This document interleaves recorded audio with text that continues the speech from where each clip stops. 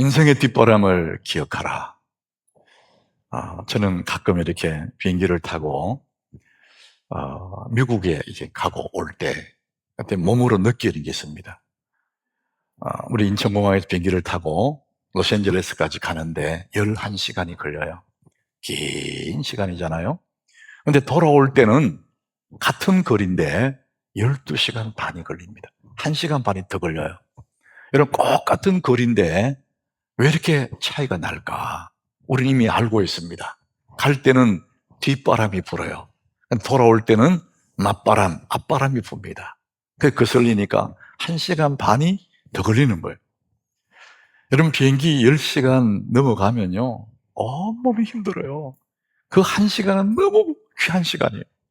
1시간 반쯤 남으면 일본 상공을 통과하고 있거든요. 그러면 다 왔다는 생각이 드는데, 이런 것들을 늘 경험하면서 비행기만 앞바람, 뒷바람이 있는 것이 아니에요. 우리 인생에도 앞바람이 있고 뒷바람이 있어요. 우리가 문득문득 만나는 어려운 이야기들, 삶의 고달픈 순간들, 앞바람이에요. 너무 힘들죠? 그런데 우리 삶의 뒷바람도 있어요. 우리 사랑하는 가족들, 또 친구들, 나를 지지해주는 우리 하남교회 교우들, 목장의 식구들, 목자들도 있고, 이런 분들이 격려하고 응원하고 기도해 줘서 오늘 내가 여기까지 있는 것은 바로 이 뒤에 보이지 않는 이 뒷바람이 있었기 때문에 오늘 내가 여기 있는 것이죠. 여러분, 무엇보다도 우리 인생의 뒷바람, 강력한 뒷바람은 하나님의 은혜입니다. 하나님의 은혜가 나를 지금까지 이끌어 오셨고, 내가 나 된 것은 하나님의 은혜다. 이 틀림없는 얘기거든요. 내가 잘나서 내가 똑똑해서가 아니라 가만히 생각해 보니 내 삶의 뒷바람, 하나님의 은혜의 바람이 나를 여기까지 오게 하셨습니다. 여러분, 그 하나님은 지금도 살아계심을 믿으시기를 바랍니다. 그 하나님이 은혜의 뒷바람입니다. 우리 이 하나님의 은혜를 기억하는 거야. 그래서 오늘 말씀의 제목은 내 인생 뒷바람을 기억하라. 이게 오늘 말씀의 제목이에요. 나이가 들면 어쩔 수 없이 흘러서 약해지고 늙어지고 노인이 되지 않습니까? 그건 뭐 어쩔 수가 없어요. 그렇지만 똑같이 나이 들고 늙어져 가지만은 노인이 되는 것이 아니라 어른이 되는 사람도 있습니다. 사람들에게 존경받는 사람, 그 그늘 곁에 머물고 싶은, 너무나 덕이 많고 위로가 되는, 힘이 되는 큰 나무 같은, 거목 같은 어른이 되는 사람도 있습니다. 여러분, 큰 거목이 어른은 그냥 되는 게 아니에요. 세월 따라 대충 살면 어른이 되는 게 아니고 노인이 됩니다. 그러나 자기를 가꾸고 자기를 돌보고 자기를 성장시키고 깊은 사고 속에 살아가면 점점 사람은 깊어지고 큰 믿음의 거목이 되는 것이죠. 여러분, 거목이라 그러면 큰 나무지 않습니까? 큰 나무는 그냥 큰 나무 되는 게 아니에요. 비바람이 쓰러지면 그냥 그걸 끝나는 거예요. 태풍이 몰아쳐도, 거센 폭풍과 몰아올 그때도 힘겨워 하면서도 아래로 뿌리를 내릴 때 마침내 큰 거목이 되는 것이죠. 저는 우리 하나님교회 성도들, 세월이 가는 건 어쩔 수 없지만 세월이 가면 갈수록 내면이 채워지고 믿음의 거목이 되고 덕이 있고 사람들이 존경받는 이런 좋은 인생, 그런 인생 되기를 축복합니다. 이 믿음의 거목, 사도 바울, 이 사람 이야기를 함께 나눠보려고 그래요. 이 사도 바울이 믿음의 거목이 되기까지 얼마나 어려움을 많이 당했는지 모릅니다. 거센 폭풍우를 만났어요. 예수 믿는 것 때문에 매를 많이 맞고 돌에 맞아서 죽을 뻔도 하고, 여러분, 예수 믿고 복받아 잘 산 게 아니라 예수 믿는 것 때문에 죽을 뻔한 고비가 여러 번 있었대요. 그렇게 비바람을 맞으면서 견고하게 써갔던 믿음의 그 사도 바울을 이기거죠. 그가 얼마나 어려움을 많이 당했는지, 얼마나 맞바람을 많이 맞았는지를 고린도후서 11장 27절에 이 한 절로 요약을 했습니다. 자기 스스로 내가 이런 삶을 살았다는 걸. 수고하며 애쓰고, 수고하며 애쓰는 건 너무나 좋은데 그것 때문에 여러분 자지 못하고 잠을 못 잤대요. 사람을 잡아서 고문하는 중에 가장 큰 고문이 잠을 재우지 않는 그런 고문이라 그래요. 잠을 못 자면 사람이요, 아니 미쳐버린답니다. 여러 번 자지 못하고 추리고 목마르고 여러 번 굶고 춥고 헐벗었다. 사람의 가장 기본적인 욕구, 이거를 차단시켜버려요. 여러분 굶고 춥고 헐벗었다. 예수님 때문에 그런 풍파를 다 맞았다는 거죠. 이제 그런 가운데서 이 사도 바울이 이제 로마를 향해서 로마로 배를 타고 가고 있는데 쇠고랑이에 묶여서 죄수의 신분으로 로마로 끌려갑니다. 왜? 유대에 있는 유대인들이 이 사도 바울을 시기하고 질투해서 고발했습니다. 그러니까 이 사도 바울은 로마 시민권을 가진 사람이기 때문에 로마의 가이사 황제에게 재판받을 권한이 있는 거예요. 그래서 나는 로마에 가서 가이사 황제에게 재판받겠다. 그러니까 사도 바울을 이제 사설에 묶어서 로마로 이송하고 있습니다. 그래서 배를 타고 이제 로마로 가게 돼요. 그게 오늘 본문의 말씀입니다. 죄인의 신분으로 사설에 묶여서 로마로 가고 있지만은 사실은 바울은 로마에 가서 가이사 황제에게 예수는 주십니다, 이 복음을 전하기 위해서 가고 있는 겁니다. 그는 하나님의 복음을 들고 사명의 길을 가고 있는 거예요. 그런데 그 귀한 목적을 가지고 사명을 가지고 가고 있는데 바울이 타고 있는 배가 그야말로 끼어질 것 같은 그런 큰 풍랑을 만났습니다. 14절에 이제 그 말씀이 나옵니다. 얼마 안 돼요. 섬 가운데로부터 유라굴로라는 광풍이 크게 일어났다. 유라굴로, 이건 뭐 그 당시 태풍 이름 같아요. 광풍이 일어났다는 거예요. 미친 바람이 확 덮쳤다는 거예요. 지금 사도 바울은 이 배를 타고 로마에 가서 황제에게 복음을 전하려고 하는 하나님의 거룩한 목적이 있고 사명을 가지고 가고 있는데 불구하고 이런 광풍이, 큰 풍랑을 만났습니다. 여러분, 그렇다면 우리는 이 말씀을 읽으면서 우리가 기억해야 될 것이 뭐냐? 이 땅에 사는 사람은 누구도 예외 없이 큰 풍랑, 인생의 고난들을 만날 수밖에 없다는 것이죠. 여러분, 이런 풍랑은 바다에 있는 것이 아니고 우리 인생 여정에서 수없이 만날 수가 있습니다. 어느 날 갑자기 여러분 삶의 배전에 큰 어려움이 닥칩니다.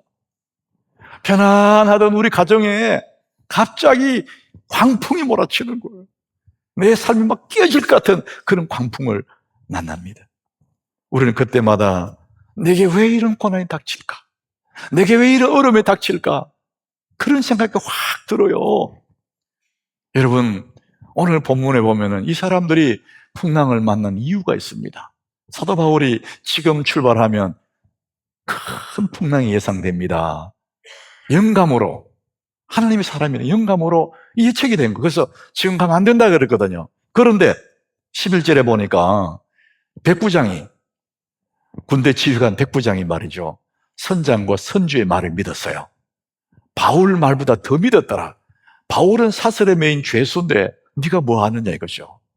이 배의 전문가는 선장과 선주다. 그래서 선장과 선주의 말을 듣고 출항을 했다는 것이죠. 그럴 때에 큰 풍랑이 일어난 거예요. 그러니까 우리가 잘못 선택하면, 잘못 결정하는 결과로 어려움 당할 수가 있죠. 얼마나 많은 사람들이 잘못 결정해서, 잘못 선택해서 큰 풍랑을 만난 경우가 참 많습니다. 여러분, 우리는 고난을 만나면, 어려움 당하면 그걸 이겨보려고, 극복하려고 발부둥을 치지 않습니까? 온갖 걸 다 동원해서 해결해 보려고 필사적으로 몸부림치거든요. 그래서 해결되는 것도 있지만은 자식 이런 의미의 그 아픔은, 이런 참책 같은 고통은 몸부림친다고 될 일이 아니라는. 그래서 그런 정말 깊은 슬픔은 극복하는 것이 아니고 견디는 것이다. 아니, 오늘 본문에 이 사공들이요, 필사적인 애를 썼거든요. 살아남으려고, 그 광풍 앞에 살려고, 배에 있는 물건들을 다 바다에 던져서요, 그 물건 없으면 어떡하려고? 살아야 되니까. 그래도 안 되니까 배의 기물들을 바다에 막 버렸어요. 배의 기물을 버리면 안 되잖아요. 그래도 살아야 되니까 있는 방법 다 동원해서요. 그래도 안 돼. 여러분, 아무래도 안 될 때가 있단 말이에요. 자, 오늘 20절에 보면은 그렇게 애를 썼는데, 그렇게 필사적으로 노력했는데, 성경이 뭐라 그랬느냐? 여러 날 동안 해도 별도 보이지 아니하고 큰 풍랑이 그대로 있음에, 조금 더 바뀌지 않, 그대로 있다는 거예요. 구원의 희망마저 없어졌더라.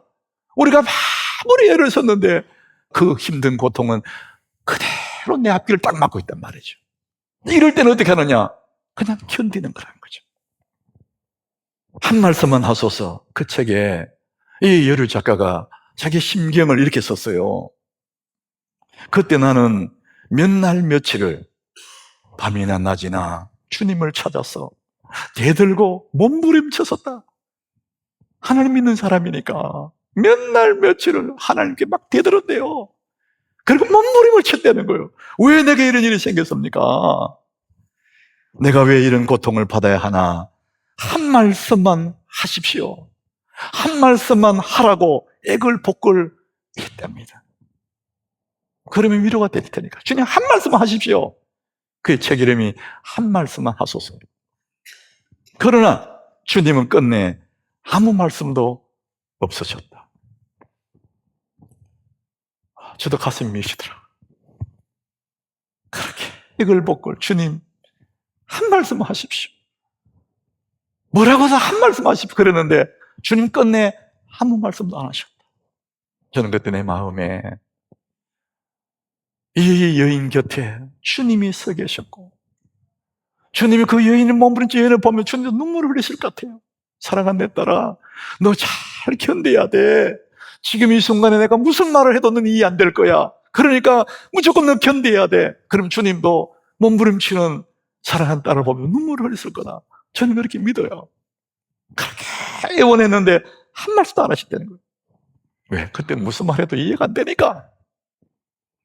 그 다음에 이렇게 썼습니다. 어쩌면 나직하고 그윽하게 뭐라고 하였을지도 모른다. 그래, 분명히 뭐라고 그러셨을 거야. 다만 내 귀가 독성과 아집으로 꽉 막혀 못 알아들었을 뿐인 것을, 하도 답답해서 몸소 밥이 되어 찾아오셨던 거야. 우선 먹고 살아라 하는 응답으로. 그렇지 않고서 그 지경에서 밥 냄새와 밥맛이 그렇게 감미로울 수는 없는 일이었다. 그리고 몇 달 후에 나는 조금씩 다시 글쓰기를 시작할 수 있었다. 새로운 소설도 썼고 중단했던 장편 연재도 다시 시작해 마무리를 지었다. 견디면 된다는 거예요. 자, 견디면, 이해할 수 없는 그런 가운데서도 견디다 보면 때가 되면 알게 되고, 견디다 보면 세월이 해결한다. 너무 힘드냐? 잘 견뎌야 돼. 주님이 그 말씀 하시는 거죠. 사랑하는 여러분, 그 어떤 말도 이해가 되지 않는, 그 어떤 말도 위로가 되지 않는 참책 같은 그런 기가 막힌 유굴라 광풍 앞에서도 여러분 견디면 그것들이 지나가게 될 줄로 믿습니다. 우리가 잘 부르는 복음성경에 있지 않습니까? 이 또한 지나가리라. 그 고통 중에서도 견디다 보면은 이 또한 지나가리라. 여러분, 지나가게 되면, 견디면 지나가게 되고, 견디면 알게 되고, 여러분 견디면 좋은 날이 올 줄로 믿습니다. 그 고통 가운데서 믿음의 눈을 들어서, 주님 안 보이지만 믿음의 눈으로 주를 바라보는 거예요. 이 또한 지나가리라. 하나님 뜻은 알 수 없지만 주어진 내 삶 속에 오직 한 가지 알고 싶어. 한 말씀만 하소서. 주의 뜻 알게 하소서. 한 말씀 하소서. 지금은 안 들리지만 때가 되면 다 알게 되리라. 하나님이 그 마음을 우리에게 주시는 거예요. 네가 너무 어렵니? 잘 견뎌야 돼. 그 말씀하십니다. 우리가 어려움 당하면은요, 눈앞에 어려움만 보여요. 파도 치는 그 풍랑만 보여요. 하나님은 안 보여요. 우리가 그렇게 의지하고 믿었던 하나님이 보이지가 않아요. 자꾸만 문제만 보이지. 그럴지라도 우리는 문제 너머에 살아계신 하나님을 바라보고 믿음의 눈들어 주를 보라. 이 또한 지나갈 것이다.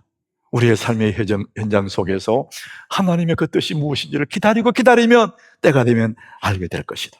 사랑하는 여러분, 이해할 수 없는 맞바람, 내 삶에 거세게 불어오는 앞바람, 그럴 때 우리 두 가지를 여러분 기억하셔야 됩니다. 첫 번째는 고난이라는 그 앞바람 앞에 우리는 그 너머에 삶의 목적, 삶의 의미를 재정립하는 겁니다. 내가 왜 살아있지? 내가 지금 뭐 하고 있지? 내가 무엇을 위해 존재하지? 이것을 재정립하는 거예요. 우리 삶의 현장에는 사실 그 너머에 의미가 있습니다. 목적이 있습니다. 왜 이런 일이 있었는지 그 속에 숨겨있는 의미, 목적이 있는 거예요. 지금 사도 바울은 샤슬에 매여서 배에 끌려서 로마로 가고 있어요. 겉으로 보면 그의 사실은 뭐냐? 죄수입니다. 그런데 의미가 뭡니까? 진짜 목적이 뭐냐? 보이진 않는데 그 사실 속에 감춰진 의미는 그는 로마에 가서 가이사 앞에서 주는 그리스도라 이 말씀을 하기 위해서 가고 있는 거거든요. 사도행 23장 11절에 사도 바울은 그것을 알고 있어요. 그날 밤에 주께서 바울 곁에 서서 이러시네. 담대하라. 네가 예루살렘에서 나의 일을 증언한 것 같이 로마에서도 증언하여야 하리라 하시니라. 너 반드시 로마에 가게 돼. 그러니까 너 담대해야 돼. 이렇게 말씀합니다. 오늘 본문의 24절에도 같은 말씀을 해요. 바울아, 두려워하지 말라. 네가 가이사 앞에 서야 하겠고 너 사명 가이사 앞에 서야 하겠고 지금 사명을 완수하기 위해서 가고 있습니다. 이게 사실 너머의 의미와 목적이지 않습니까? 사도 바울은 그걸 알고 있어요. 내가 지금 이렇게 풍랑 속에 있지만 내 사명은 저기에 있어. 나는 로마에 가야 돼. 하나님 반드시 나를 로마에 갖다 놓으실 거야. 이 사명이 있어. 이 사명이 있는 한은 달려가길 다 달려가기까지 로마에 도착할 그때까지는 그 어떤 풍랑도 바울의 배를 깨트려버릴 수가 없어요. 사명을 바라보는 순간에 우리는 담대할 수가 있습니다.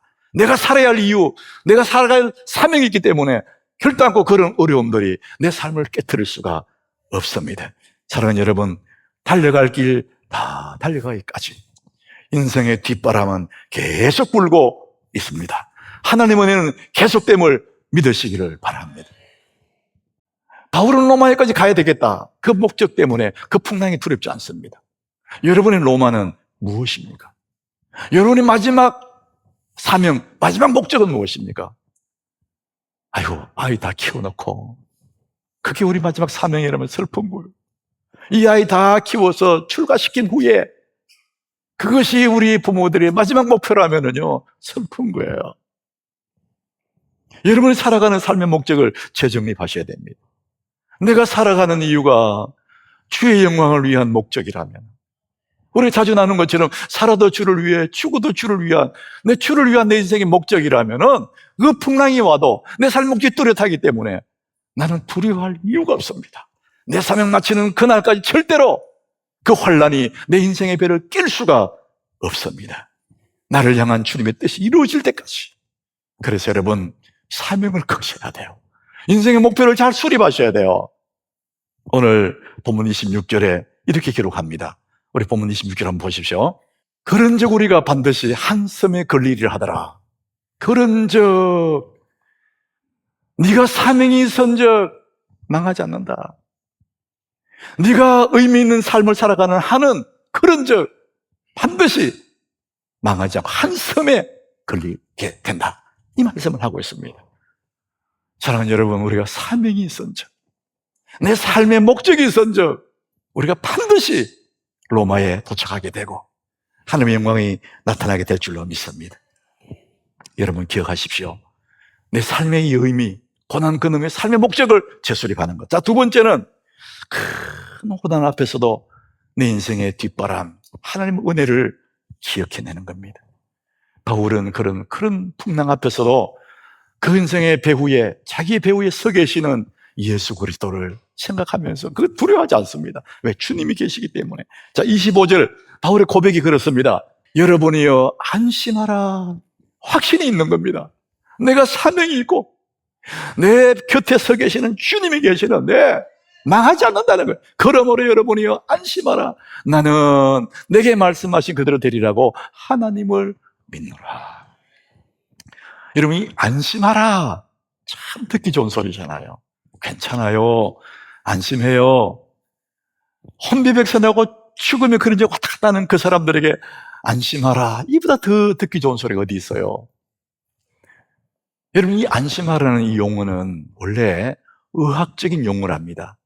의사가 환자를 다 검사한 다음에 마지막에 딱 얘기해 줄 때 괜찮습니다. 안심하세요. 이 의학적인 용어라는 거예요. 그 소리 들은 그 환자는 얼마나 위로가 더 힘이 되겠습니까? 안심하라. 주님이 지금 그 말씀 하시는 거예요.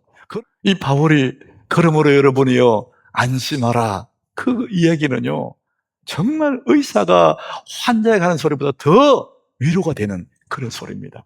사랑하는 여러분, 제가 오늘 이 사도 바울의 말을 인용해서 이 성경의 말씀을 인용해서 여러분에게 말씀드립니다. 그러므로 여러분이요 안심하십시오. 하나님을 믿으십시오. 하나님은 오늘도 우리 곁에 서 계십니다. 어려움 당할 때마다 내 곁에 서 계시는 내 인생의 뒷바람 하나님을 생각하라는 것이죠. 그래서 내 인생의 뒷바람을 기억하라. 믿음의 사람들은 오늘까지 내가 살아온 것은 아무리 생각해도 내 인생의 뒷바람 하나님의 은혜여서 이것을 생각하면서 감사하는 그 사람이 진정으로 성숙한 그리스도인인 것입니다. 시편 103장 2절 말씀에 그 말씀이 있습니다. 내 살아온 날을 그 모든 순간순간 내게 베풀어 주셨다 하나님의 그 은혜, 그의 모든 은택을 잊지 말지어다. 지금까지 불어왔던 은혜의 그 바람을 생각하면서 감사하고 앞으로 살아갈 날도 계속해서 하나님의 은혜의 바람이 불어올 텐데 그의 모든 은택을 잊지 말지어다. 여러분 이것만 기억하면 너무나 좋은 인생 될 수 있지 않습니까?